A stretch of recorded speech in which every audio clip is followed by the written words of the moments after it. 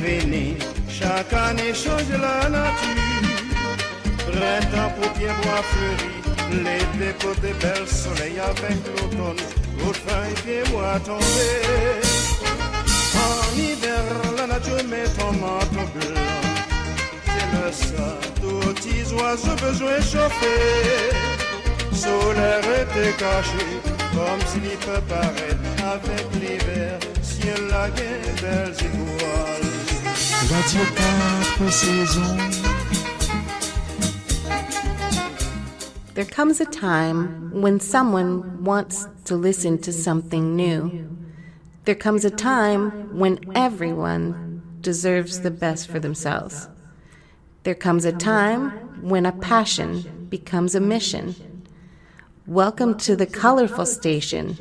Welcome, Guillaume Kofi.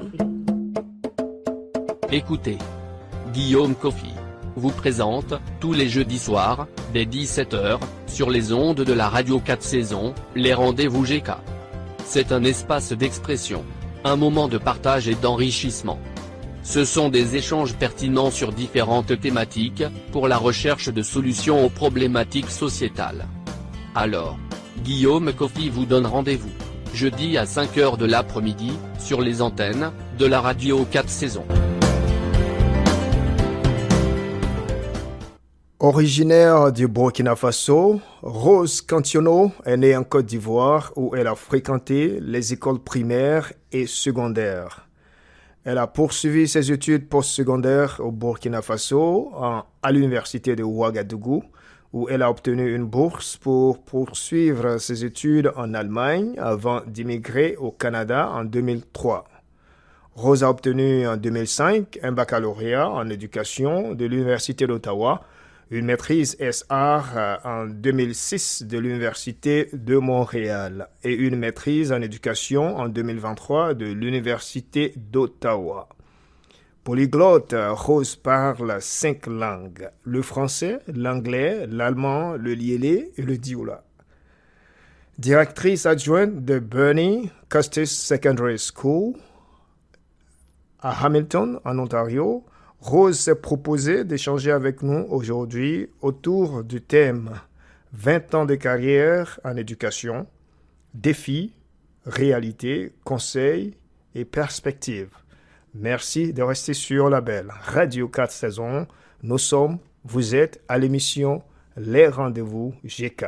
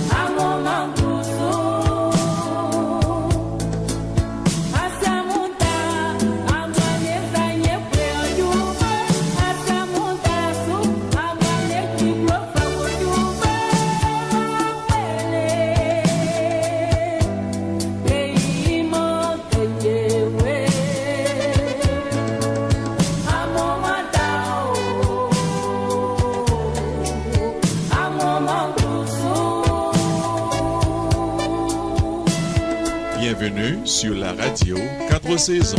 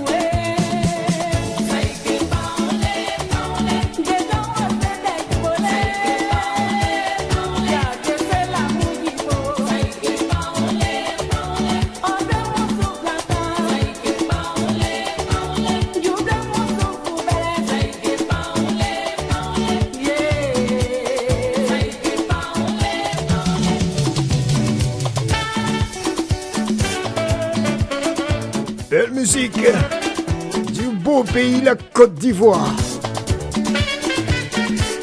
Rose est notre invitée du jour.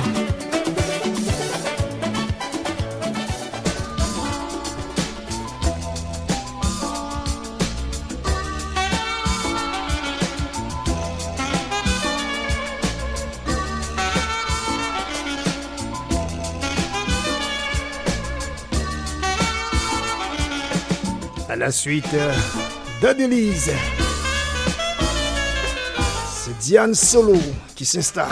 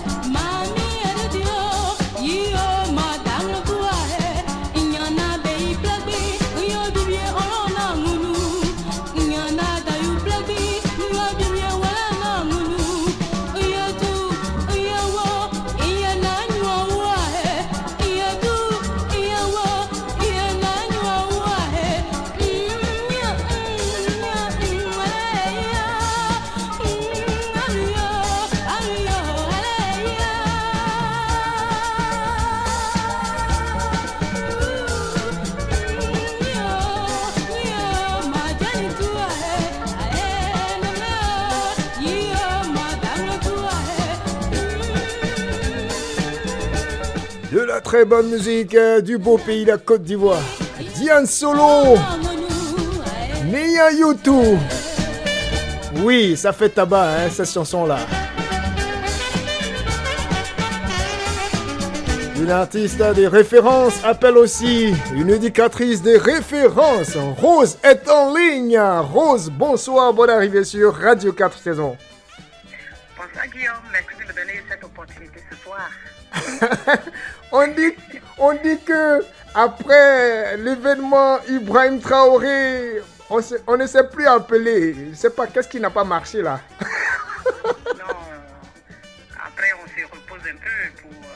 se relancer. Et aussi essayer de terminer l'année scolaire en beauté. Oui, oui. Ah, je suis très très heureux de te recevoir aujourd'hui sur la belle station Radio 4 Saisons. Merci. C'est moi le merci. Je vous remercie. Tu es à Hamilton, c'est ça? Oui, je vis à Hamilton, en Ontario. Ok, ça fait, c'est pas trop un secret là. Ça fait combien de temps tu y es? Je suis à Hamilton depuis 2020. J'ai déménagé pendant le Covid. J'étais avant à Brampton pendant plus de 10 ans et puis bon, je suis arrivée en pleine crise humanitaire, voilà, c'est ça. Ah, ok. C'est ça, oui. Ah, tu as fait Trenton. Oui, non, Brampton. Ah, Brenton. Ok. Yeah, Brampton, Ok. yeah. Même Ok. Mississauga, oui. Ok, ok. Je connais pas très bien la région. J'ai conduit, j'ai traversé un peu là, mais bon, Ok. je suis pas connaisseur là. Tu es directrice adjointe de Bernie Custis Secondary School, c'est à Hamilton. Oui, c'est Et- ça, dans le conseil scolaire public de Hamilton, c'est ça. Voilà, tu as décidé de nous entretenir autour du thème 20 ans de carrière en éducation, défis, réalités, conseils et perspectives. Merci déjà pour le temps. Ben, une question un peu simple comme ça. Qu'est-ce qui a motivé le choix de ce thème? Ce qui a motivé le choix de ce thème, c'est tout simplement parce que cette année, je fête mes 20 ans de carrière en éducation.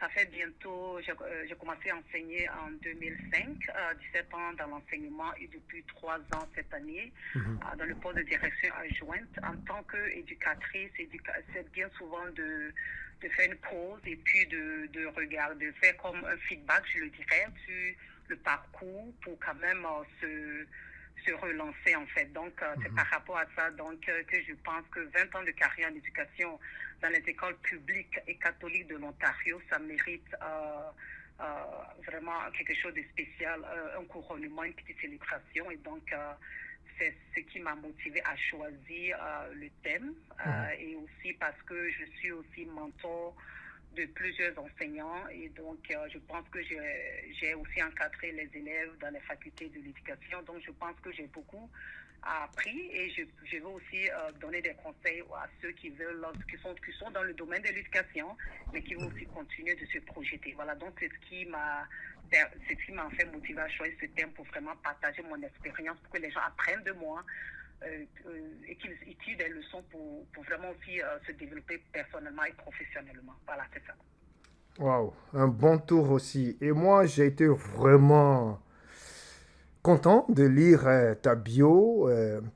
Je vais la passer en revue comme ça. Je vais sélectionner quelques points, si ça te va. Oui, ça me va bien, merci. Ok. Rose Cantiono est originaire du Burkina Faso. Je l'ai dit d'entrée dans mon intro. Elle est née en Côte d'Ivoire. Elle a fréquenté les écoles primaires et secondaires. Après, elle est allée poursuivre ses études postsecondaires au Burkina Faso, à l'université de Ouagadougou, où elle a obtenu une bourse pour poursuivre ses études en Allemagne, avant d'immigrer au Canada en 2003. Rose a obtenu en 2005 un baccalauréat en éducation de l'Université d'Ottawa, une maîtrise SR en 2006 de l'Université de Montréal et une maîtrise en éducation en 2023 de l'Université d'Ottawa. Polyglotte, Rose parle 5 langues, le français, l'anglais, l'allemand, le liélé et le dioula. Ça, je l'ai dit d'entrée, je l'ai répété pour les personnes qui viennent de nous prendre en marche. Ce qui est nouveau maintenant, parlons succinctement de son parcours professionnel. Rose a commencé sa carrière d'enseignante en 2005 en tant qu'enseignante d'immersion française de la maternelle à la 8e année dans les conseils scolaires catholiques et publics de l'Ontario. Elle a occupé divers postes de leadership en tant qu'enseignante ressource, mentor pour les nouveaux enseignants, leader pédagogique pour le français, l'équité, la diversité, et aussi en tant que coordonnatrice du conseil d'administration pour plusieurs événements. Tenez-vous bien, Rose a été récipiendaire à 2 reprises, je dis bien 2 reprises, du prix Teacher Awards of Distinction of Peel Board. en 2013 et en 2020. Ça peut s'acclamer, ça. Hein? J'ai envie d'acclamer la Rose. Bravo, bravo, là. Hein? Merci. Voilà. Parce que parfois, on est trop modeste et puis on laisse passer des choses comme ça. Mais moi, Guillaume, je ne laisse pas passer de ces choses-là. Fais-moi un talent, pourquoi c'est ça? Vas-y, j'adore ça. En tout cas... Allez, vas-y. J'aime ça. Ok, comme tu aimes là, je vais bisser. Bisser, ça veut dire on va répéter. Ok. Continue. Rose a été récipiendaire à 2 reprises du prix Teacher Award of Distinction of Peel Board 2013-2020. Elle a participé activement dans son syndicat, dans plusieurs syndicats, en enseignement aussi, voilà. Elle est aussi leader humanitaire. Elle a présidé à plusieurs, on va dire quoi. Rose a présidé le Conseil d'aide internationale pour plusieurs syndicats aussi d'enseignants. Hein. Elle est allée dans des pays en Afrique et puis aussi dans les Antilles ou les Caraïbes aussi, dans ce cadre-là aussi. Elle a été directrice d'administration, conseillère et coordonnatrice de projet pour l'organisation à but non lucratif des Canadian Samaritans for Africa. C'est comme ça on lit? Oui, c'est ça. Voilà, donc engagement communautaire maintenant. Rose est une leader bien connue dans sa communauté où elle aime soutenir les nouveaux arrivants, les enseignants et les sans-abri, les jeunes. Rose est présentement la présidente de la communauté burkinabé de Toronto, la présidente de la Ligue des femmes. Elle est aussi présidente de la Ligue des femmes catholiques de la paroisse Saint-Patrick de Hamilton et la coordonnatrice des bénévoles de People of Motherland. Wow, Rose, d'où est-ce que tu tires toute cette énergie ou bien ces énergies-là pour être ici et là? Non, en fait, je suis une personne extravertie. J'aime communiquer avec les gens. J'aime aussi les défis. Donc, c'est tout ça qui m'a amené à couper tous ces rôles. J'aime aussi m'enrichir aussi avec les expériences des autres. Et voilà. Donc, c'est ça. Merci beaucoup. Merci. Ok. J'aime ça. Tant que tu arrives à mieux t'organiser pour être active et puis efficiente, c'est l'essentiel. Oui, c'est ça, oui. Dis-moi, le thème, je le rappelle, 20 ans de carrière en éducation, défis, réalité, conseils, perspectives. D'abord, Rose, qu'est-ce qui, si tu permets, on va se tutoyer, hein? On a déjà commencé, je pense bien. Voilà. Oui. Qu'est-ce qui t'a attiré dans le domaine de l'éducation? Alors, je pense plutôt que c'est d'abord l'amour des enfants et ensuite l'amour des langues.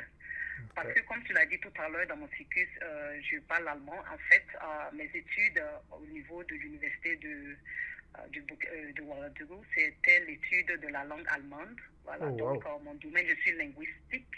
C'est la linguistique, donc c'est l'acquisition des langues secondes et puis de la germanistique et puis la civilisation. Donc j'ai une amour profonde des langues secondes. C'est ainsi que quand j'ai fini ma formation à l'université de Ottawa, je me suis demandé dans quel domaine j'allais être. C'est-à-dire, est-ce que je voulais enseigner dans les écoles francophones ou bien je voulais enseigner dans les écoles anglophones. Alors, j'ai choisi les écoles anglophones parce que, comme je l'ai dit, j'ai appris à développer ces compétences d'une langue seconde. Et je me suis dit que, voilà, les langues secondes, c'est ce que j'aime beaucoup. Et donc, j'ai choisi donc cette immersion française depuis que je suis restée dans ça toute ma carrière. Je n'ai jamais enseigné dans les écoles francophones. C'est seulement pour le pôle de direction adjointe que j'étais dans le conseil scolaire francophone de Viamonde. Et il y a aussi, je dois dire que dans ma famille, je vais dire l'enseignement coule dans les veines parce que j'ai 3 sœurs qui sont dans l'enseignement et j'ai aussi une nièce. Donc, il y a tout ça aussi qui est dans la famille. Aussi, je dois aussi souligner que quand j'étais à l'école primaire ou secondaire et tout, j'ai vraiment été impactée par beaucoup d'enseignants, de professeurs dans tout ça. Et puis je me suis dit, bon, vraiment, j'ai vu que je peux faire ce changement-là. Et donc je pense que c'est tout cela qui m'ont impacté, tout cela donc mis ensemble qui a fait que je me suis dirigée vers l'éducation. Je dois aussi ajouter, je suis arrivée au Canada en 2003, et donc de l'Allemagne, je suis arrivée, comme tout le monde, comme tout nouvel immigrant qui arrive ici. Comme toute nouvelle immigrante, donc je me suis intéressée, j'ai essayé de regarder quel genre d'emploi que je pouvais faire aussi au Canada. Et donc l'enseignement, j'ai des amis avec les connexions qui m'ont parlé de la formation en enseignement à l'Université d'Ottawa. Donc j'ai commencé ça, voilà. Donc c'est ça en fait, grosso modo. Voilà, merci. Wow. Là, j'ai envie de te demander, on dit quoi là? Auf Wiedersehen? Non, en allemand, on dit quoi? Auf Wiedersehen, ça veut dire quoi? Au revoir, non? Oui, au Wiedersehen, c'est que tu es en train de me dire au revoir. Hein? Ouais, mais ça, j'ai oublié tout mon allemand. Ouais, j'ai honte. Tu as fait quoi comme langue? Parce que souvent, on avait le choix entre l'allemand et l'espagnol. Moi, j'ai fait l'allemand. J'ai fait l'allemand. Tu as fait l'allemand? Oui. Et là, je te dis, j'ai tout oublié. Non, je ne vais même pas commencer, mais je vais m'arrêter là. On va poursuivre. On va poursuivre en français. Sinon, la honte là. Pas de problème. Mon prof d'allemand du secondaire voulait que je continue à l'université en allemand. Oh, quand je suis allé au département d'anglais, c'est vrai, il n'était pas tout à fait content là, mais bon, voilà, mais je le comprenais. On est toujours en contact d'ailleurs. Merci en tout cas Rose, hein, et puis je comprends aussi que j'avais reçu une invitée ici qui parlait aussi de cette influence-là dans la famille, les parents, les enseignants. J'ai parlé il y a quelques instants de mon prof aussi, voilà. Vous voyez, il y a toutes ces personnes-là qui nous influencent positivement aussi dans le choix de carrière. Hein? Ouais. Oui, ça c'est ça. C'est intéressant ça. C'est intéressant ça. Et déjà, toi, quand tu quittes l'Allemagne, l'Europe et que tu viens en Amérique du Nord, et l'Allemagne précisément, tu dis que des gens t'ont suggéré ou partagé leur avis concernant l'éducation, mais en Allemagne, tu n'as pas eu d'expérience en éducation avant de venir ici? Non, en Allemagne, je faisais mes études. En fait, en Allemagne, la bourse que j'avais eue, c'était pour la rédaction de ma maîtrise en allemand. Donc, quand j'étais en train de... D'abord, les premières années, c'était surtout pour se perfectionner dans la langue encore, parce qu'il fallait quand même parler l'allemand comme les Allemands. En tout cas. Donc, les 2 ou 3 premières années, c'était vraiment des études de perfectionnement de la langue. Et puis, j'ai continué à rédiger ma maîtrise. Et donc, j'ai aussi, à un moment, j'ai fait d'autres formations pour me perfectionner dans d'autres domaines de l'informatique. Voilà. Donc, mais je n'étais pas dans le domaine de l'enseignement, j'étais comme étudiante. Et puis, quand j'ai appliqué pour venir au Canada, je n'ai pas pu finaliser ma maîtrise, elle était déjà finie, donc mais je suis venue faire comment on appelle ça, ici à l'Université de Montréal, on ne fait pas comme une soutenance comme en Afrique. On fait ce qu'on appelle un défaut, donc j'ai fait la mise à jour pour que la maîtrise se conforme aux normes de l'Université de Montréal.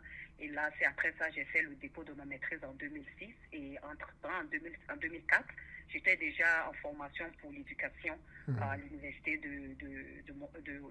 Donc, tu vois, c'est chevauché en fait. Donc, voilà, donc j'arrive en 2003. Donc, si tu veux voir, je fais un peu en arrière. J'arrive en 2003, je m'intéresse à l'éducation, mais je dois commencer l'éducation en septembre 2004. Mais en temps, je dépose ma maîtrise pour l'équivalence dans le système canadien. Et là, pendant que je fais des cours de mise à jour, de mise à point, je commence la formation en enseignement. Et puis, si la maîtrise est déjà rédigée, il fallait seulement la soumettre. Donc, je l'ai déposée en 2005. Et donc, ça a été approuvé en 2006. Donc, c'est-à-dire, de 2004 à 2005, ici, je faisais 2 formations ou bien 2 études en même temps. Vous voyez. Donc, pour la maîtrise, ce n'était pas vraiment des études, c'était comme... Voilà, comme des cours ici pour faire comme une mise à niveau, ainsi de suite. Ça, c'est tout, voilà. Donc, ça s'est chevauché un peu, voilà. C'est ça. Ce qui est sûr, c'est ça aussi, les avantages qu'on est très intelligent et intelligente. Mais tout le monde est intelligent. En tout cas, moi là, j'aime ça. J'aime, voilà, des gens qui ont la tête pleine, comme on dit. Merci. Et puis, déjà, 20 ans, tu l'as dit, je l'ai aussi lu dans ta bio, tu fais la rencontre des personnes de nouvelles personnes, de nouveaux arrivants. Tu partages aussi ton expérience en bénévolat. Est-ce que tu as quelque chose à nous raconter à ce sujet-là, tes rencontres avec des nouveaux arrivants qui veulent peut-être même aussi embrasser la même carrière? Toi aussi, tu les soutiens. Il y a quoi? Qu'est-ce que tu veux nous partager à ce sujet-là? N'importe quoi, par exemple. Pour les nouveaux arrivants, je peux faire en deux catégories. Je vais d'abord me concentrer sur les enseignants. En ce qui concerne les enseignants, c'est que ici, comme je l'ai dit, dans le domaine de l'éducation, je suis bien connue dans la communauté. Donc, quand les nouvelles personnes arrivent, il y en a qui me contactent. Pas seulement ceux qui viennent d'arriver, il y en a qui sont déjà ici, par exemple, qui décident de repartir à l'enseignement, donc ils vont me contacter pour que je leur donne des conseils. Okay. Quand je n'étais pas direction, je donnais aussi des webinars aux nouveaux enseignants et puis aux étudiants de la faculté de l'éducation de Sudbury. Voilà, donc j'ai eu des webinars avec eux pour leur donner des idées pour leur carrière. Donc, ce n'est pas vraiment des nouveaux arrivants, mais ce sont des gens qui veulent rentrer dans la profession. Donc, c'est un mélange. Voilà, j'ai aussi des gens qui arrivent nouvellement de d'autres pays comme le Cameroun, le Burkina Faso qui veulent, ou bien qui ont déposé aussi leur dossier au niveau de l'ordre des enseignants pour avoir leur certificat. Donc, ils me contactent pour que je leur donne des idées. Voilà, donc ça varie, c'est du cas à cas, dépendamment de ce que les gens veulent. Voilà, c'est ça. C'est ce que je peux dire au niveau de l'enseignement. Du côté des nouveaux immigrants, ou bien de ceux qui arrivent, en tant que la présidente de l'Association des Burkinabés de Toronto, on a beaucoup de personnes qui arrivent, on a surtout les étudiants. Alors l'année passée, on a eu à les aider. Souvent, quand ils arrivent, c'est tout près la même chose, c'est-à-dire trouver le travail, trouver un logement. Voilà. Donc les étudiants, c'est plutôt les aider à faire les démarches administratives, les aider avec le logement qui s'installer. Les nouvelles familles qui arrivent, c'est aussi la même chose. Souvent, les aide avec le logement, voilà, leur donner des petits conseils. Et puis aussi, au niveau du travail, aussi, ce qu'on connaît, on essaie aussi de les connecter avec les organismes communautaires qui sont déjà là pour qu'ils puissent aussi vraiment s'en sortir ou bien avoir une meilleure intégration. Donc, voilà un peu, grosso modo, voilà, au niveau de l'aide que je donne dans la communauté. Voilà. Okay. Et maintenant, l'autre point qui est très important, je sais que les gens, qu'on m'a tiré un peu là-dessus, mais c'est pas grave. Je veux dire qu'il y a des enseignants qui n'étaient pas contents, mais c'est pas grave. Avant d'être dans le poste de direction, je donnais des ateliers spécialement pour préparer les enseignants aux entrevues, pour être recrutés par les conseils scolaires. Voilà. Donc, quand je suis devenue directrice, j'ai arrêté de le faire parce que je ne voulais pas être en conflit avec les directions. Je sais qu'il y a certains de mes enseignants que je connais qui vont peut-être entendre cette émission, qui vont se reconnaître. Donc, ils ont exprimé leur mécontentement. J'ai dit non, je suis maintenant dans une autre position. Je vous aidais quand j'étais enseignante, maintenant je suis direction. Je veux quand même, il y a le secret professionnel, je ne peux pas quand même vous faire des entrevues similées, vous donner les questions que j'ai pour que vous réussissiez les entrevues. Donc, j'ai arrêté à ce niveau-là. Sinon, je faisais beaucoup de simulations, de coaching à ce niveau-là pour les préparer aux entrevues. Même ceux qui parlent pas l'anglais, je leur dis comment répondre aux questions des conseils scolaires anglophones. Parce qu'il y en a souvent, c'est leur défi. Voilà, il y en a qui ont beaucoup de défis. Ils m'ont dit non, Rose, je vais penser le niveau des conseils scolaires anglophones, mais je ne comprends pas anglais. Ils disent non. Voilà, donc, je leur dis comment répondre aux questions. Et donc, en tout cas, il y a deux comme ça a marché. Et puis, bon. Et je leur dis, c'est pas grave, même si tu comprends pas. Plus c'est le français, c'est l'immersion que tu vas enseigner. Donc, ils sont un peu, les conseils scolaires sont un peu flexibles à ce niveau-là, parce qu'ils se disent que c'est pas l'anglais que tu vas enseigner, c'est le français. Ils s'attendent quand même qu'on communique, on puisse communiquer avec les parents, puisque les parents souvent parlent l'anglais, bien sûr, les collègues, voilà. Donc, voilà un peu, grosso modo, voilà, c'est l'aide que j'ai apportée un peu dans la communauté, voilà. C'est ce que je continue de faire et ce que j'ai arrêté de faire par rapport à mon nouveau poste, mon nouveau rôle de direction actuelle, oui. Ouais, je constate effectivement que tu as eu et tu as toujours un impact positif vis-à-vis ou bien dans la vie même de ces enseignants-là. Si tu as un exemple à nous donner ou bien à nous partager, est-ce que certaines personnes t'ont partagé l'impact que tu as eu directement sur leur vie, leur carrière, les enseignants par exemple? Oui, j'en reçois. Ok, partage-nous juste un petit témoignage, un atalakou. Voilà, un petit témoignage. J'ai un ami, il va se reconnaître, qui était dans la vie de Sudbury. Donc, je conduisais, ça il y a à peu près 2 ou 3 ans de cela, je conduisais et puis il m'a appelé, il m'a dit, oh, j'ai besoin de ton aide. Il me dit, je veux postuler dans le conseil scolaire anglophone 2. Je vais garder quand même le nom du conseil scolaire, mais c'est Toronto. Mais j'ai un problème, c'est l'anglais. Je lui ai dit non. tu dis déjà que tu veux postuler, mais si tu dis déjà que ton problème c'est l'anglais, c'est que tu as déjà échoué. Il faut dire que ton défi c'est l'anglais. Donc souvent nos paroles, nos manières de parler, souvent, ça joue, ça a une influence sur nos manières de penser. Non. Ouais. Ne dis pas que tu veux. Déjà le fait de vouloir même, c'est déjà quelque chose. Ouais. Parce que tu sais bien que tu n'es pas bien en anglais, mais tu veux aller dans le conseil scolaire anglophone de Toronto. Voilà. Donc, ce qu'on va faire, donc, je lui ai dit, c'est pas grave, il faut te dire que c'est un défi. Et donc, je lui ai dit, je suis arrivée à la maison, on a pris rendez-vous, et donc, on a fait comme plusieurs entrevues. On a fait des simulations. Voilà, je lui ai posé des questions, je lui ai dit comment répondre. Parce que si tu ne comprends pas bien l'anglais, tu fais toujours, comme on le dit, sujet, verbe, complément. Des trucs comme ça, tu ne rentres pas dans les détails. Sujet, verbe, complément. Non, parce que si tu veux rentrer dans les détails, tu vas te perdre. Donc, bref, sujet, verbe, complément. Sujet, verbe, complément. Voilà, donc il a fait ça, on a pratiqué, je pense qu'on a fait 2 séances, et puis il allait passer l'entrevue. Il était étonné, bon, on l'a pris, on a appris pour le travail, et puis après, donc, je l'ai aussi coaché au niveau des ressources. Voilà, je l'ai partagé aussi dans la communauté, je partage les ressources aux enseignants. Voilà, donc je l'ai partagé les ressources, tout ça, et puis j'ai fait le suivi avec lui. Donc chaque fois, même pour faire son horaire, donc j'ai travaillé un peu avec lui, comme un mentor en fait. Voilà, donc voilà, on a travaillé ensemble, et puis après ça, il voulait maintenant, la première année on l'a prise, il n'avait pas encore, il n'était pas permanent, c'était comme une suppléante à long terme, et puis la deuxième année on l'a pris, et comme il est permanent maintenant, mais il est obligé de déménager sa famille de Sudbury à Toronto ici, et chaque fois il me le dit, c'est grâce à toi, c'est grâce à toi. Je lui dis non, c'est pas grâce à moi. Je dis grâce à ton travail, parce que tu as cru en toi.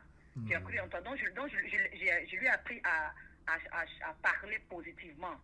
Parce que c'est ça, voilà. Donc souvent quand on voit souvent moi je vois tous les problèmes comme des manières pour nous de nous développer, d'apprendre. Donc je ne les vois pas vraiment comme des défis vraiment qu'on ne peut pas surmonter. Voilà, donc c'est un exemple de ça. Présentement, il a déménagé de sa famille ici, tout, voilà, en tout cas, elle est bien. Et je suis vraiment contente d'avoir contribué à ça. Et c'est ça qui me fait, le plus grand plaisir. De voir que j'ai contribué à la vie de quelqu'un, à sa réussite, à ce qu'il fait. Voilà, donc de Sudbury, maintenant il s'est installé ici, il s'achète une nouvelle maison, et vraiment il est heureux, voilà, ça me fait plaisir, tu vois. C'était des choses comme ça, voilà, un peu, voilà. Wow. Merci encore, Rose. Merci beaucoup. Je rappelle aux éditeurs et auditrices que nous recevons la directrice adjointe de Bernie Custis Secondary School, Hamilton. C'est Rose Cantiono. Oui, elle est là pour partager son expérience, tout ce qu'elle voudrait dire à propos du thème 20 ans de carrière en éducation, défis, réalités, conseils et perspectives. Et là, nous continuons déjà à savoir un peu plus qui elle est, la personne elle-même, comment elle est arrivée en éducation, ce qu'elle fait dans la communauté, avec les enseignants particulièrement, la carrière d'enseignement, pourquoi elle a choisi par exemple. Voilà. Rose, moi je vais rebondir un peu sur cette relation avec les collègues ou bien avec le vaste milieu même de l'éducation. Tu as aussi une autre casquette de direction d'école, on va venir à ça après. Dis-moi un peu avec le recul, par exemple, quels sont quelques défis ou grands défis, je ne sais pas si on peut qualifier ça, mais dans tous les cas, c'est toi qui vas choisir. Quels sont les défis auxquels tu as été confronté jusque-là? Alors, je dirais que si je revois un peu, je fais le retour, je pense que c'est 2 grands défis. Le premier, je vais dire, c'est les relations humaines. Dans le domaine de l'éducation, c'est la clé pour un climat de travail sain. Alors, voilà, donc on a affaire à tout le monde. Par exemple, on a les relations avec les élèves dans ta salle de classe. D'abord, je vais porter la casquette d'enseignant d'abord, avec les élèves, ensuite avec les parents et les collègues, et ensuite la direction. Donc déjà, il faut vraiment, comment on appelle ça, avoir de bonnes relations avec ces personnes, ce qui n'est pas toujours facile. Avec les élèves, ça va, les parents, vous-même vous connaissez les parents, ils vont toujours défendre leurs enfants, donc il y a beaucoup de conflits à ce niveau. Avec les collègues, c'est la même chose, la direction, c'est aussi des conflits. Alors donc, mais savoir établir de bonnes relations avec tout le monde, ce n'est pas facile. Et donc moi, ça a été l'un de mes plus grands défis. Alors, donc, je vais répondre à ça avant de continuer au deuxième. Donc, moi, ce que j'ai toujours utilisé, c'est toujours la patience, l'écoute, avoir l'ouverture d'esprit, chercher toujours à se mettre dans la peau de la personne qui est en face de moi. Parce que souvent, les gens viennent au travail, ils sont énervés, ou bien ils ont beaucoup de choses, ou même les enfants, voilà, on ne sait pas ce qui se passe dans leur vie. Donc, être toujours indulgent envers soi-même, voilà. Et puis aussi chercher à rencontrer la personne pour discuter. Par exemple, si un parent t'appelle, il est au téléphone, il est énervé, tu le laisses, il va parler, tu l'invites à venir te rencontrer. Parce que quand il vient déjà, il est un peu plus calme, et donc le face-à-face, ça aide beaucoup. Voilà, et puis il faut toujours privilégier le contact personnel, comme je l'ai dit, pas pour utiliser les courriels, voilà. Parce que souvent, le ton dans les courriels peut être interprété différemment. Tu peux envoyer un courriel à quelqu'un où tu as bien parlé, mais la personne va dire que non, que ton ton était fâché. Tu vois. Donc, moi, voilà, c'est ça, moi, ça m'est arrivé comme ça. Donc, tu dois toujours dire non, c'est pas ce que je voulais dire, voilà, te corriger. Donc, moi, j'invite toujours les gens à venir me rencontrer et ça marche toujours. Et donc, si je vais dans le poste de la direction d'école, c'est la même chose. Il y a des parents d'élèves qui vont m'appeler, mais quand je suspends les élèves, ils vont m'appeler, ils sont énervés au téléphone, je vais les écouter. Après, je les invite à venir me rencontrer. Puis souvent, la plupart du temps, le ton change, voilà. Donc, c'est ce que je privilégie, quoi, voilà, la communication directement au lieu des courriels. Aussi, pour les enseignants, dans le domaine de l'enseignant aussi, dans l'enseignement, je vais le dire aussi des deux côtés, il faut aussi éviter les personnes négatives.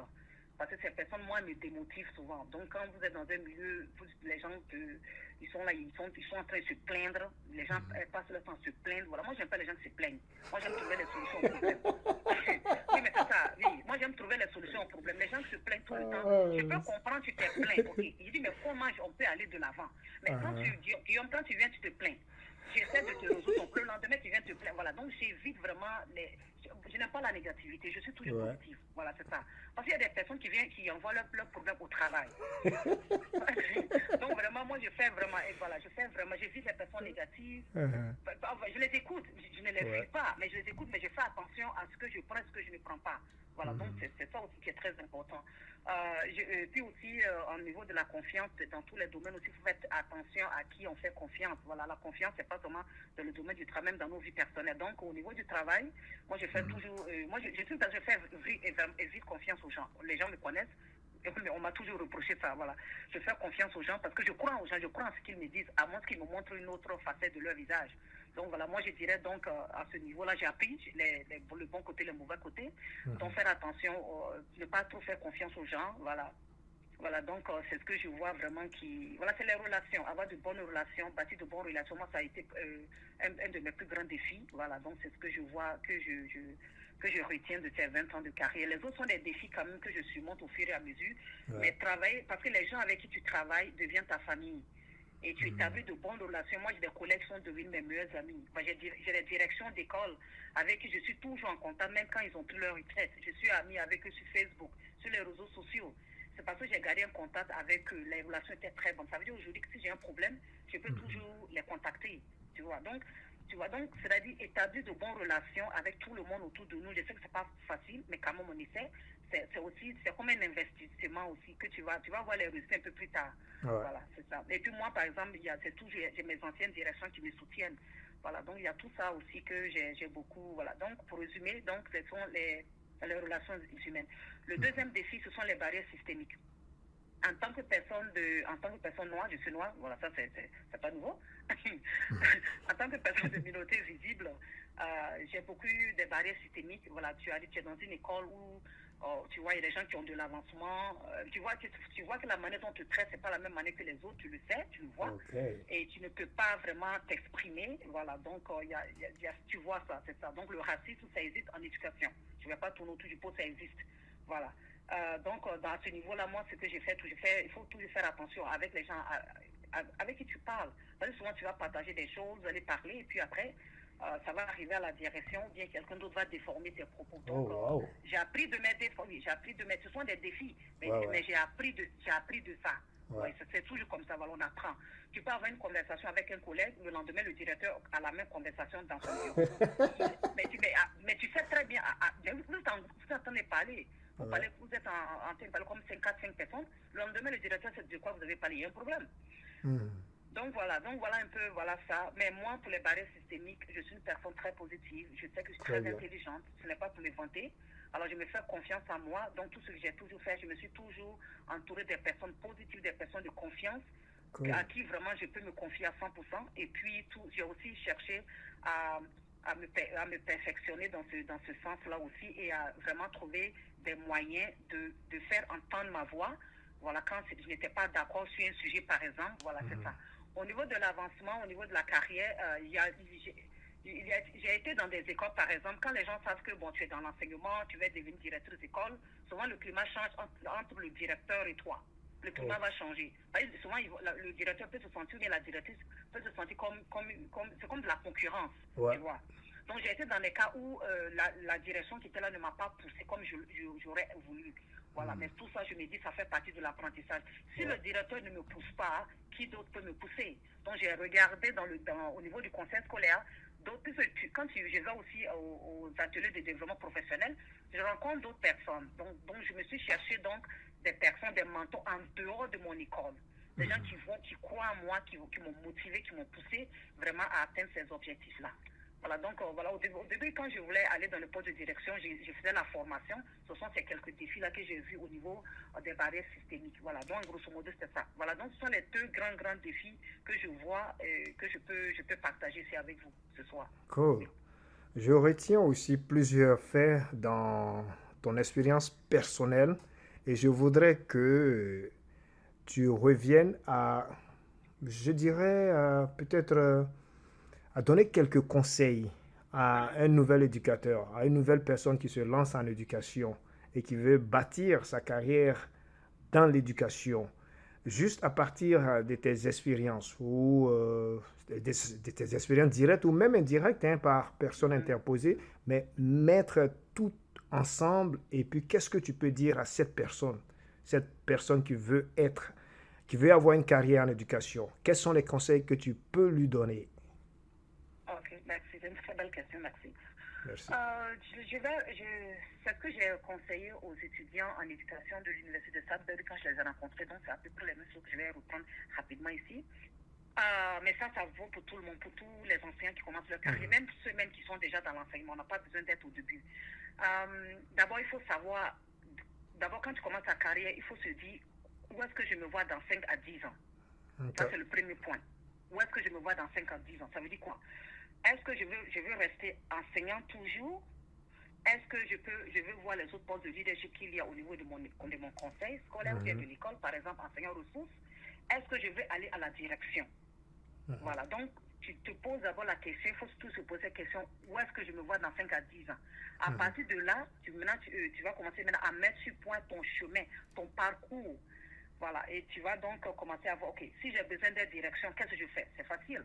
Tu dois faire la formation en enseignement, pour le poste de direction d'école, je dois faire la formation. Mais avant de faire la formation, quels sont les requis, les prérequis, par exemple, le poste de direction ou direction adjointe? D'abord, il faut avoir 5 ans au niveau de l'enseignement, 5 ans d'expérience. Il faut avoir soit une maîtrise, ou bien soit 3 spécialistes dans 3 domaines précis. Voilà, donc savoir déjà où est-ce qu'on veut aller, ça te permet de te tracer un chemin et de savoir qu'est-ce que tu veux faire pour atteindre cet objectif-là.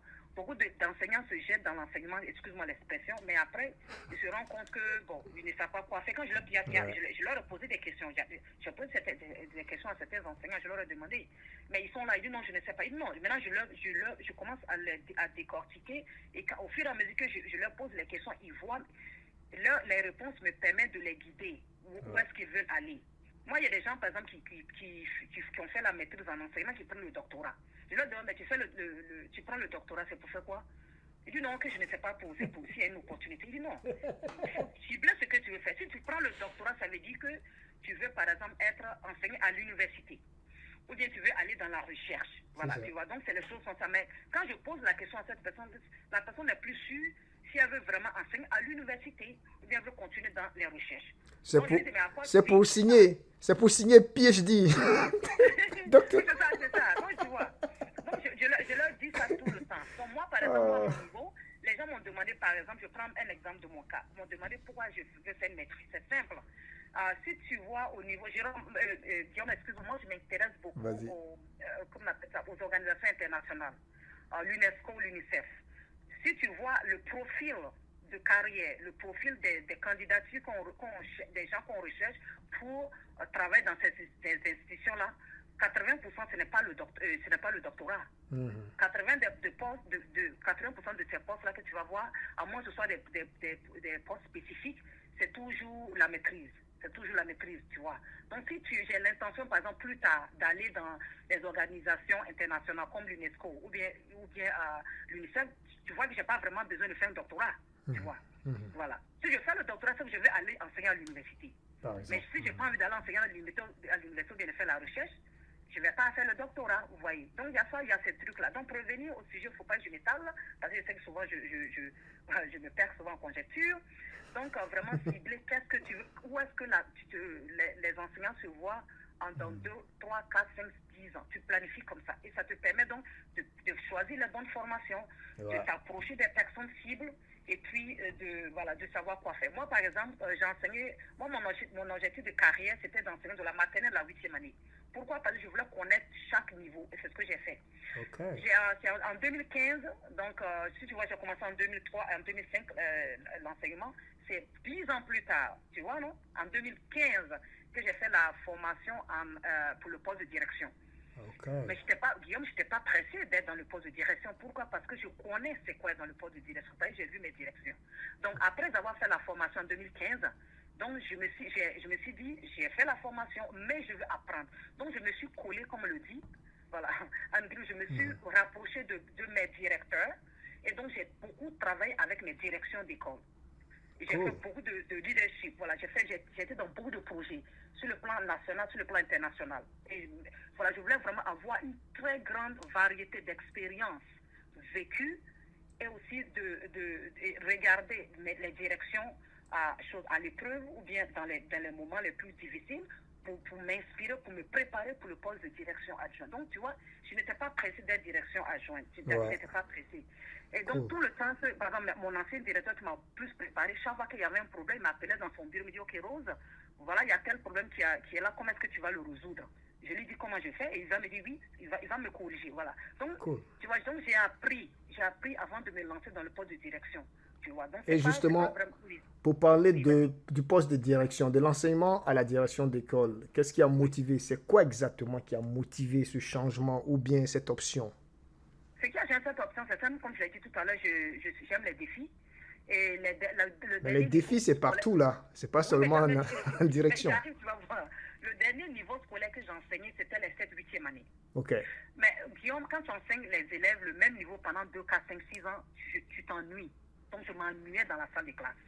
Parce que je n'apprenais plus rien. Donc tu vois, je ne suis pas ce genre d'enseignant qui je dois répéter les mêmes choses pendant les 5-10 prochaines années, ça ne m'intéresse pas.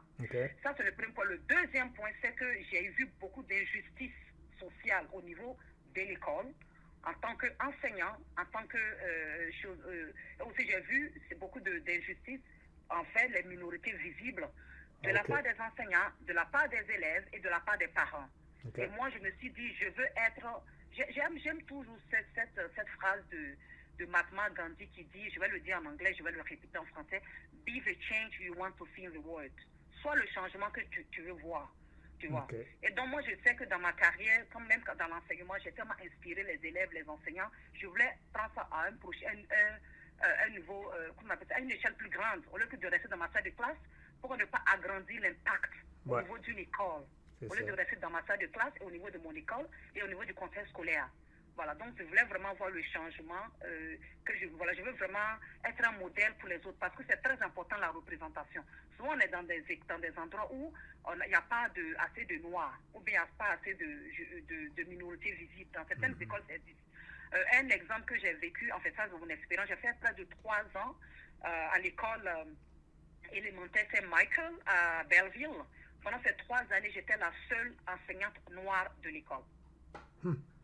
Pendant 3 années, j'étais la seule enseignante noire de l'école. Tu as dit quoi? C'est où ça? Belleville? Oui, Belleville, Saint-Michael. C'est le nom de l'école. Le nom de l'école, c'est quoi? Saint-Michael. C'est dans la ville Belleville.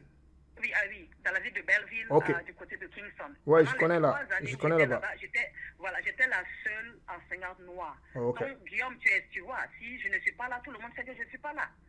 Tu vois. Donc, quand on allait aux réunions ou bien avec le conseil scolaire, j'étais toujours le point de mire, tu vois. Donc, c'est un exemple que je donne. Oui, tu oui. vois. Donc, pour te dire que voilà. Donc, les élèves s'identifient. C'est important que les élèves voient des gens au leadership. C'est important que les comme des modèles, les élèves voient des enseignants noirs. Des élèves voient des directions noires. Des élèves voient des présidents noirs. C'est ça. Comme Barack Obama. Voilà. Donc, c'est important. Et moi, voilà, et je sais que j'ai tellement appris. Je me suis dit, donc, pourquoi ne pas me lancer? Et mes directions m'ont toujours poussé, mais je ne voulais pas y aller. Et puis, finalement, j'ai fait le saut en 2022. Voilà, voilà pour répondre à ta question. Voilà. Et justement, tu parlais de modèles, de visibilité pour ces personnes qui sont considérées comme, ou bien qui sont dans la catégorie des minorités visibles, puisque de l'enseignement, tu vas à la direction, au moins des élèves dans le système te voient et tu donnes cet exemple-là. Est-ce que tu penses que tu as eu un impact positif, bien sûr, sur la vie de ces élèves-là? Est-ce qu'il y a un cas concret? Moi, j'aime les petits témoignages. Moi, j'aime si tu as déjà quelque chose à nous partager, une expérience.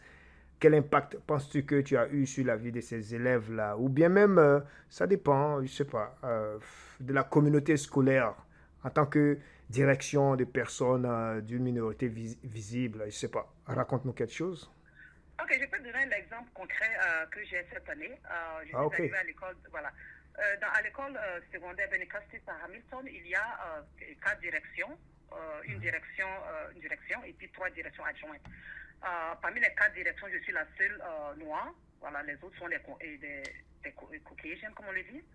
Et donc, au niveau du mois de l'histoire des Noirs, c'est là il y a toujours le plus grand défi. On sait qu'en Ontario, enfin au Canada, pas seulement en Ontario, on aime célébrer beaucoup le mois de l'histoire des Noirs en février, le mois de février. Quand ils arrivaient dans cette école, j'ai demandé, mais quelles sont les activités que vous avez faites? Eh bien, les élèves, ils m'ont fait la liste de ce qu'ils ont fait. Bon, moi, j'ai décidé de faire quelque chose de différent. Alors, donc, j'ai organisé ce qu'on appelle la foire des entrepreneurs et puis noirs, des business des entrepreneurs noirs. Et puis, j'ai réussi à mobiliser près de 13 business dans la communauté de Hamilton. Et pour la première fois dans l'histoire de cette école, j'ai organisé une foire où j'ai donné l'opportunité aux petites entreprises là, de personnes de minorités visibles, les noirs surtout, de venir exposer parler de leur business, voilà, au niveau de l'école. Alors donc j'ai 13 business qui ont répondu présents à l'appel, ils sont venus et j'ai sélectionné les business et les entrepreneurs noirs qui peuvent offrir des opportunités d'emploi, des opportunités de stage. De stage et voilà, et de coop, comme on le dit, les coop, les élèves qui voilà, de coop à ces élèves-là. Donc ces 13 business sont venus et ils sont venus dans l'école, ils ont mis leurs produits, c'est très beau. Et donc les élèves sont descendus, ils ont rencontré les entrepreneurs, ils ont discuté un peu et mon directeur a eu la présence d'esprit de faire venir quelqu'un du conseil scolaire. Quand il est venu, il a vu ce que nous on a fait, il a dit waouh, que c'est cette expérience-là qui souhaiterait qu'on répète dans les 13 écoles secondaires du conseil scolaire de Hamilton. Waouh! Waouh! Rose! À la suite de ça, cette personne du conseil scolaire nous a demandé de lui fournir la liste des 13 business et de le document qu'on avait utilisé, de leur donner le nom, parce qu'eux veulent monter comme un dossier pour que les 12 autres écoles secondaires du conseil scolaire puissent avoir cette même approche, parce qu'on veut connecter les élèves du secondaire avec leur futur milieu de travail. Donc déjà les mettre en contact avec la communauté comme ça. Donc voilà une expérience concrète qui a été vraiment bien.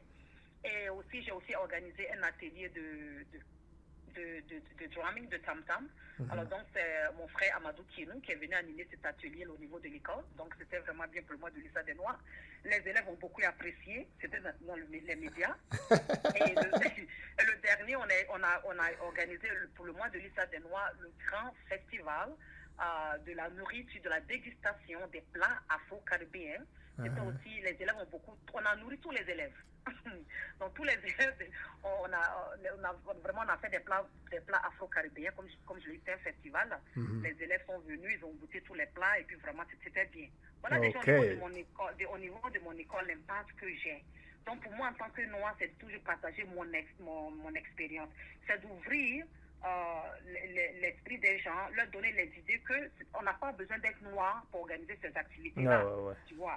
Voilà, donc l'idée, c'est ça. C'est aussi semer la graine pour que les gens continuent certaines pratiques après nous, après moi, quand je quitte cette école, parce que je sais qu'ils vont me bouger. Les directions d'école ou directions agents nous bougent à peu près 2, 3, 4 ans, dépendamment du besoin. Donc si moi je ne suis pas dans cette école, je veux que l'école continue cette pratique d'inviter, pas seulement les business noirs, les business des noirs, ils peuvent aussi inviter d'autres business, d'autres entrepreneurs, d'autres cultures pour venir vraiment montrer ça, tu vois. Donc c'est cet impact que j'ai déjà au niveau de mon école que je peux partager. Voilà, merci. Merci Rose. J'apprécie le fait que tu sois allé au-delà de ce qu'on pourrait dire l'aspect folklorique. Tu es allé au-delà et puis tu as proposé des faits, là, les entreprises qui viennent et ces personnes qui partagent leurs différentes expériences aux élèves, les élèves aussi qui voient des modèles, des personnes, des parcours et qui s'en inspirent donc. Et puis, ça fait du concret dans la salle de classe. L'élève qui est là, qui travaille, qui se dit, je vais me donner à cette matière, à ce cours parce que j'ai entendu ceci, cela et je voudrais devenir comme Monsieur Tan, Madame Tan.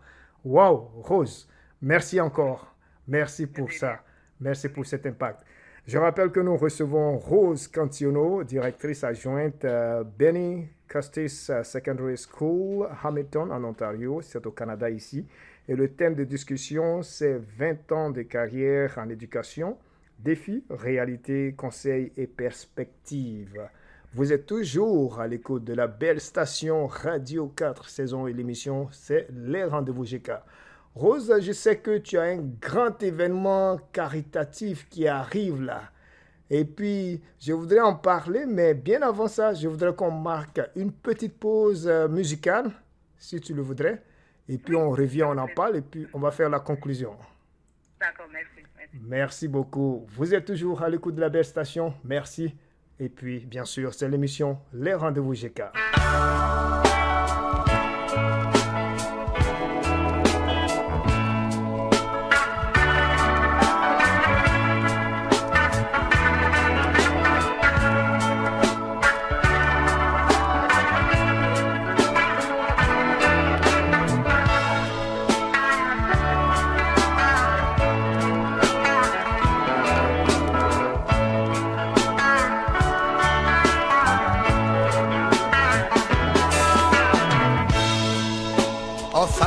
Che è un cancleò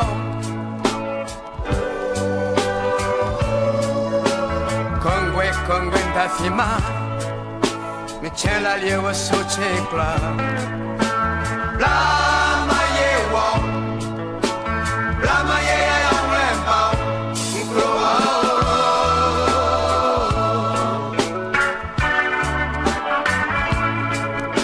Vous êtes branché sur la fréquence ensoleillée Radio 4 saisons.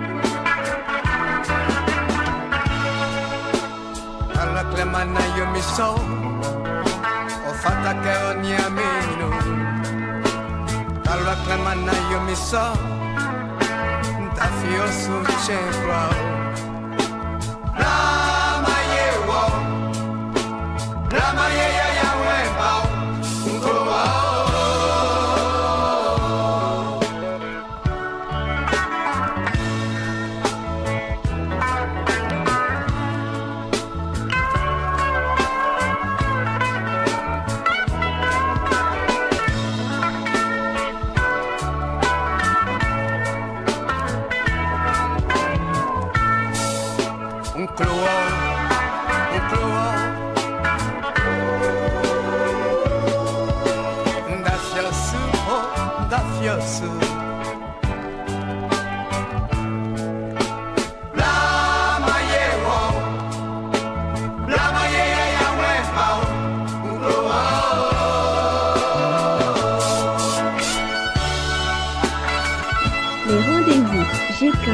votre plateforme de discussion, de sensibilisation et d'édification.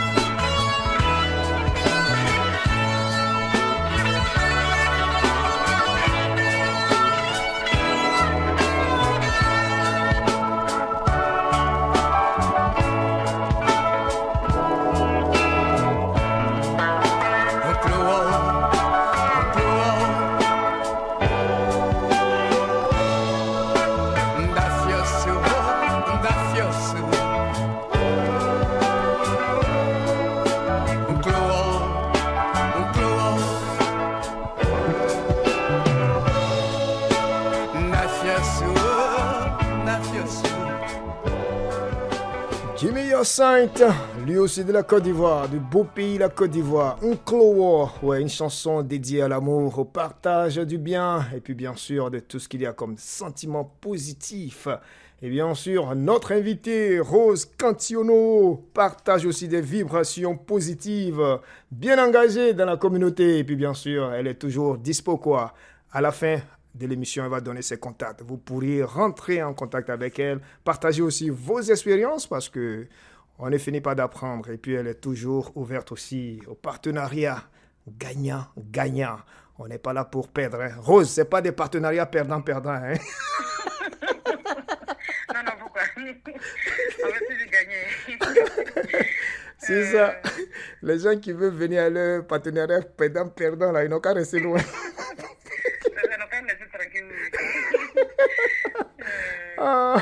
Merci en tout cas, Rose. Et puis voilà.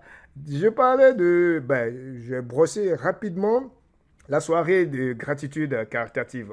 Il faut que tu nous parles un peu en détail de cette soirée-là et que tu organises à l'occasion de tes 20 ans de carrière. Allez, vas-y, partage-nous un peu ce que tu dois dire ou tu voudrais dire à propos de cette soirée. Ok.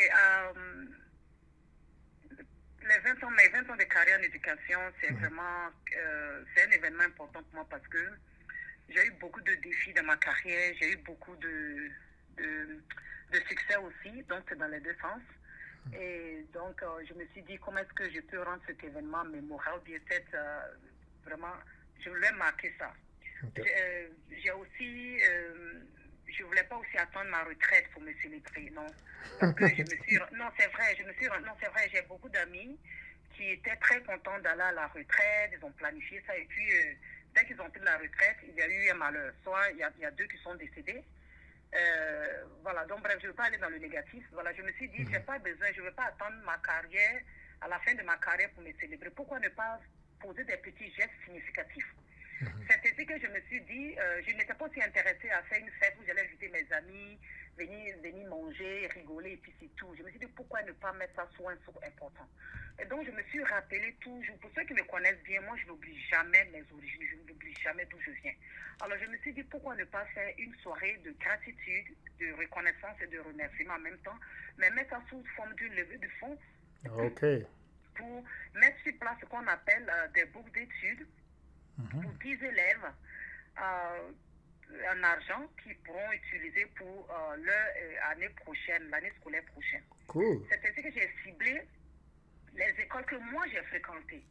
J'ai fréquenté l'école EPP Walebo à Boaké, une école primaire qui est toujours là, du CP1 au CM2, voilà, et ensuite le lycée moderne des jeunes filles de Boaké, de la 6e à la terminale, et aussi j'ai dit tout à l'heure, si vous vous rappelez, l'université de Ouagadougou, la faculté d'études allemandes. Donc je me suis dit, pourquoi ne pas donc mettre sur place quelque chose, vraiment donner des bourses à ces élèves-là, parce que je veux être leur modèle, je veux leur donner l'espoir. Je veux leur dire qu'il y a 20 ans de cela, non pas 40, je dis 20 ans. Au CP1, je sais que je vais repartir en arrière parce que j'ai fêté mon 50e anniversaire il y a 2 ans, donc je vais avoir bientôt 52 ans. Donc je veux dire, donc il y a, disons, 45 ans passés, j'étais comme eux. Voilà, si je prends les classes de l'élémentaire, tu vois un peu, je ne peux pas aller aux classes d'université. Donc, je voulais vraiment que ce soit vraiment significatif pour moi. Donc, c'est cela que j'ai organisé cette soirée de gratitude et de remerciement, une levée de fonds aussi pour vraiment aider ces jeunes-là. J'ai aussi remarqué qu'ici, au Canada, ce que j'adore dans mon poste de direction et quand j'étais enseignante, ce sont les graduations. Quand c'est les graduations, on remet toujours aux élèves des petites bourses de $100, $200, $1000 qu'ils peuvent utiliser pour vraiment leurs études, pour leur entrée, pour faire ce qu'ils veulent avec, surtout au niveau des études. Et aussi, c'est une manière aussi de récompenser l'excellence. Voilà, donc je me suis dit, pourquoi ne pas commencer quelque chose comme ça avec les élèves des écoles dans lesquelles moi, où j'ai fréquenté, tu vois. Donc, ceci m'a amené donc à mettre sur pied cet événement qui va se dérouler le 21 juin 2025 au centre communautaire Erin Mido à Mississauga. Et donc, l'entrée, c'est $20 on demande aux personnes adultes. Les enfants, l'entrée, c'est $10. Mais vraiment, c'est pour donner l'occasion. Tu vois, les prix ne sont pas élevés. Et Radio 4 saisons, ça coûte combien? Oui. Non, Radio 4 saisons, ça c'est gratuit.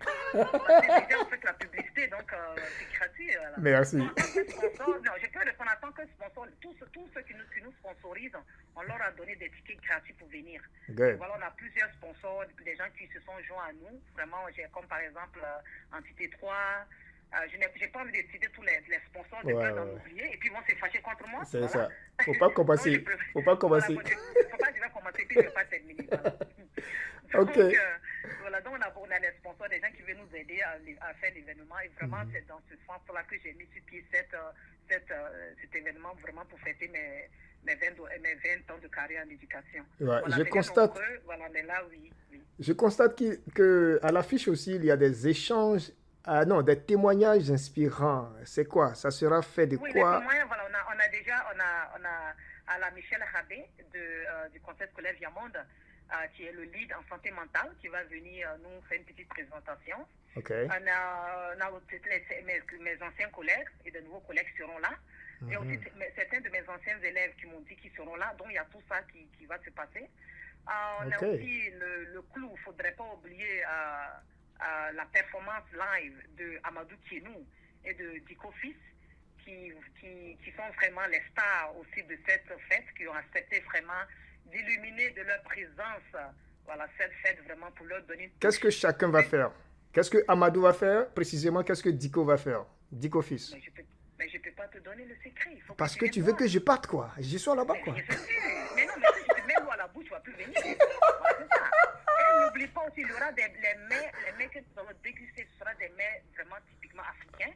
Voilà, donc c'est ça. Ok. Vraiment, on veut vraiment que les gens viennent. Et puis, je compte aussi sur la présence des éducateurs, parce qu'il y aura beaucoup de témoignages. Je vais aussi partager certaines expériences vraiment marquantes. J'ai brossé que quelques-unes des expériences marquantes que j'ai eues, voilà, vraiment dans ma carrière. Il y aura aussi, comme je disais, levée de fonds. Comme je l'ai dit tout à l'heure, on aura des prix, des tombolas. Voilà, excellent. Voilà, vraiment, c'est un tout, mais dans une ambiance vraiment amicale, relax, pour que vraiment, pour terminer un peu l'année en beauté. Voilà, c'est ça. Donc, j'invite vraiment tout le monde à venir. Et donc, les informations sont sur Eventbrite. Donc, si vous tapez Rose Cantiono, sur Eventbrite, ça va sortir. Mon courriel, c'est facile, c'est rosecantiono@gmail.com. On prend aussi les dons. Si des gens ne peuvent pas se rendre à la fête parce qu'ils ont un empêchement ou bien ne peuvent pas, pour une raison ou une autre, ils peuvent aussi nous faire des dons en argent ou bien des dons en nous donnant aussi des objets qu'on peut utiliser pour comment on appelle ça, pour la levée de fonds.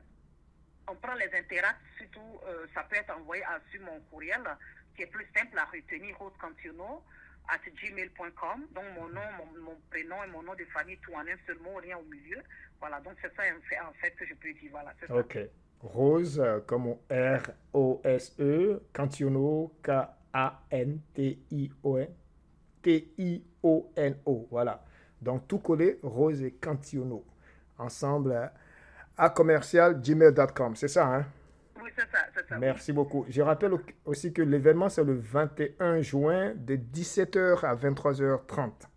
Oui, c'est ça. Ok. Maintenant, on va se quitter. Et puis voilà, je voudrais que tu nous partages quelques mots de sagesse ou bien quelques projets que tu as, des aspirations futures, je ne sais pas. Alors, d'abord, je vais commencer par te dire merci vraiment, Guillaume, à toi et à ta radio pour l'opportunité que vous m'avez donnée aujourd'hui de vraiment partager cette expérience avec vous. Je serai disponible dans la communauté. Les gens peuvent me contacter s'ils ont besoin d'aide pour quoi que ce soit. Si je peux les aider, je vais le faire, ils le savent. Je parle bien au niveau de l'éducation, bien sûr. S'il y a des enseignants qui ont besoin de conseils, voilà, je suis là pour les aider, qui ont besoin de coaching, de partage de ressources pédagogiques, voilà, des idées, voilà, je suis là pour les aider. Voilà, le mot de fin, je veux dire à tous ceux qui m'écoutent de toujours croire en vous. Croyez en vous. Quel que soit ce qui arrive, il faut toujours croire en vous. Voilà, et puis aussi avoir foi. Avoir la foi. Moi, je suis une croyante. Tu l'as dit tout à l'heure dans ma biographie. Je suis la présidente de la Ligue des femmes catholiques de ma ville, de la paroisse de Saint-Patrick ici à Hamilton. Ma religion, ma foi en Dieu a aussi été la chose qui m'a tenue pendant ces 20 ans. Voilà, parce que Dieu, sans Dieu, on ne peut rien faire. Voilà, la foi en Dieu la confiance qu'il me donne. Voilà, pendant les moments les plus difficiles, quand je me sentais abandonnée, la seule personne qui a toujours été là, c'était Dieu. Alors donc, dans ce monde, on ne peut pas réussir sans Dieu. Amen. Quelle que soit votre religion, quel que soit ce que vous faites, vous devez croire en Dieu, croire en vous-même et vous verrez que vous allez réussir. Et puis aussi, comme je l'ai dit tout à l'heure, entourez-vous des personnes positives. Parce que souvent, les personnes qui sont proches de vous ne voient pas la valeur en vous. Ce que moi, j'ai retenu dans ma carrière et puis de mes 51 années de vie que j'ai célébré il n'y a pas trop longtemps, c'est que les gens nous collent des étiquettes. On aime coller des étiquettes rapidement aux gens sans vraiment leur donner la chance de faire leur preuve. Voilà, donc même si on vous colle des étiquettes, continuez. Bon, ce sont ces étiquettes-là qui vont prouver que le contraire de qui vous êtes. Voilà, donc en tout cas, c'est ça, croyez en vous, tout ce que vous voulez faire, vous pouvez réussir. Il faut seulement vous entourer des bonnes personnes, savoir à quelle porte frapper, les bons mentors. Et puis, n'ayez pas peur de demander quand on ne connaît pas les choses. Il y a des gens qui ont peur. Et puis, surtout les francophones, je vous encourage à vous perfectionner dans la langue anglaise. Parce que l'anglais ouvre les portes. L'anglais aussi ouvre des opportunités. Moi, j'ai beaucoup de gens qui sont un peu coincés, qui ne peuvent pas aller dans d'autres conseils parce qu'ils ne comprennent pas l'anglais. Mais je me dis, il n'est jamais trop tard pour apprendre. Vous voyez. Voilà, donc en grosso modo, voilà ça. Voilà, c'est ce que je voulais dire. Vraiment, je te remercie, Guillaume. Je te remercie beaucoup. Et vraiment, je vous attends beaucoup. J'ai besoin de votre soutien pour vraiment faire de mon rêve une réalité. Vraiment donner ces bourses d'études à ces 10 élèves que nous avons choisis dans ces 3 écoles au Burkina Faso, en Côte d'Ivoire, pour vraiment leur donner le goût de dire oui. Il y a quelqu'un qui est au Canada qui pense à eux, qui ne les oublie pas. Oui, je ne suis pas là-bas, mais je pense à vous. Et je veux que ce geste que moi je fais, ce soit aussi un exemple pour les autres éducateurs et qui de penser aussi aux écoles dans lesquelles on a fréquenté quand on était en Afrique, de ne pas vraiment oublier nos gens. Voilà, donc c'est ça en fait. Voilà, merci beaucoup. Merci Guillaume. Merci beaucoup à toi. Directrice adjointe à Bernie Costes Secondary School à Hamilton en Ontario au Canada, Rose Cantillonneau était là. Elle va partir bientôt dans quelques secondes. Elle n'a pas encore dit au revoir. Hein? Voilà, n'oubliez pas. Et le thème de discussion, c'était 20 ans de carrière en éducation, défis, réalité, conseils et perspectives. Rose, en tout cas, moi, j'ai été tout heureux de te recevoir aujourd'hui sur la belle chaîne Radio 4 Saisons à l'émission de référence Les Rendez-vous GK. Merci beaucoup, merci. On est ensemble. Et j'espère te voir à ma fête le 21. Répète ça. J'espère te voir le 21 à ma fête. Je suis calé. Je serai calé. Aïe. En tout cas, la place est déjà prête. Elle est déjà prête. Tu as vu ça? Est-ce que tu as préparé tous les à côté? Mais tout est prêt. J'ai dit tout est prêt pour t'accueillir. Ok. Quand je dois me déplacer comme ça. Ah, Rose. Ok, on va en parler hors antenne. On est ensemble. Merci à tous les écouteurs. J'espère que mon intervention a pu vous aider, vous a donné des idées, vous a éclairé, vous a impacté. Et voilà, c'était Rose Cantillonneau. Merci beaucoup. Merci encore. Bonne soirée. Bye bye. Merci, bonne soirée. Bye bye.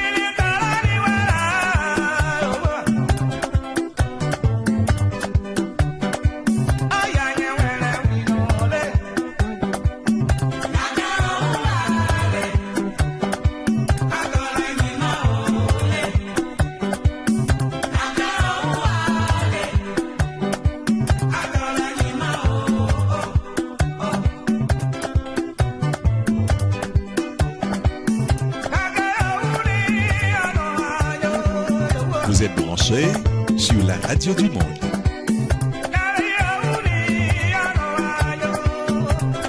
Vous êtes branchés sur la radio du monde.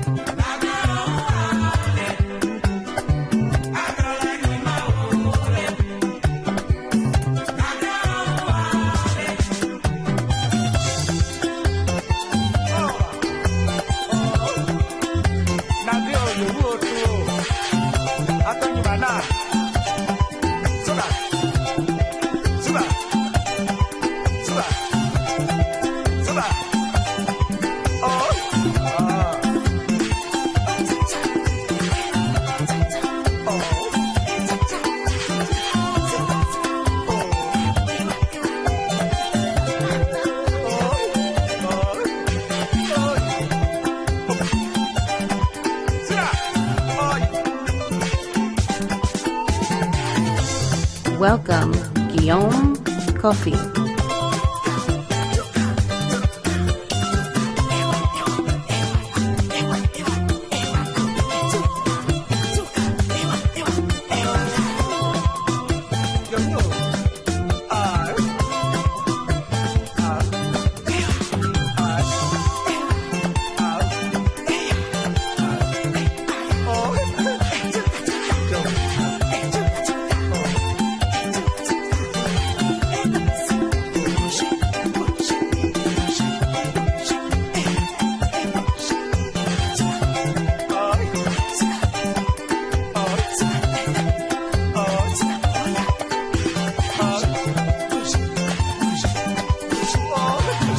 C'est Rendez-vous GK, la référence qui fait la différence.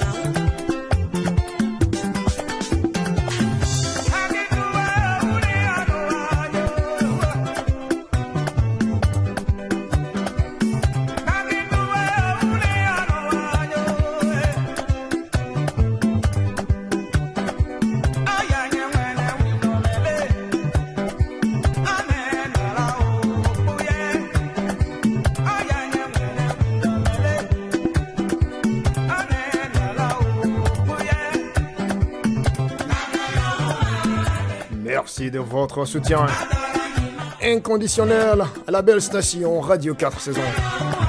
L'émission d'aujourd'hui prend fin maintenant. L'invité du jour, Rose Cantiono, directrice adjointe à Burning Costis Secondary School à Hamilton, en Ontario, Canada.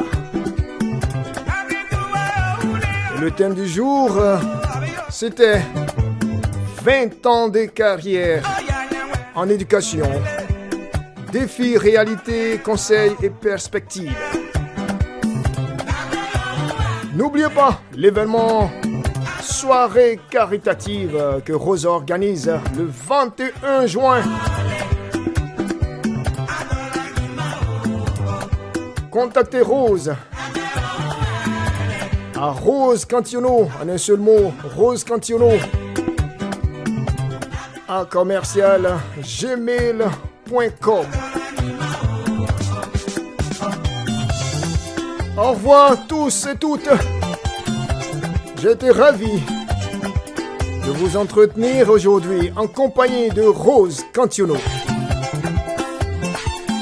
C'était Guillaume Coffey. Bye bye, I love you.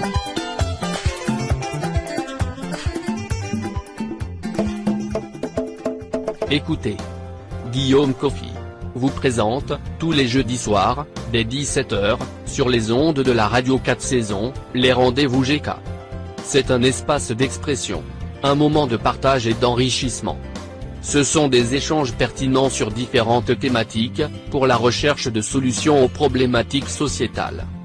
Alors, Guillaume Coffey vous donne rendez-vous, jeudi à 5h de l'après-midi, sur les antennes de la radio 4 Saisons.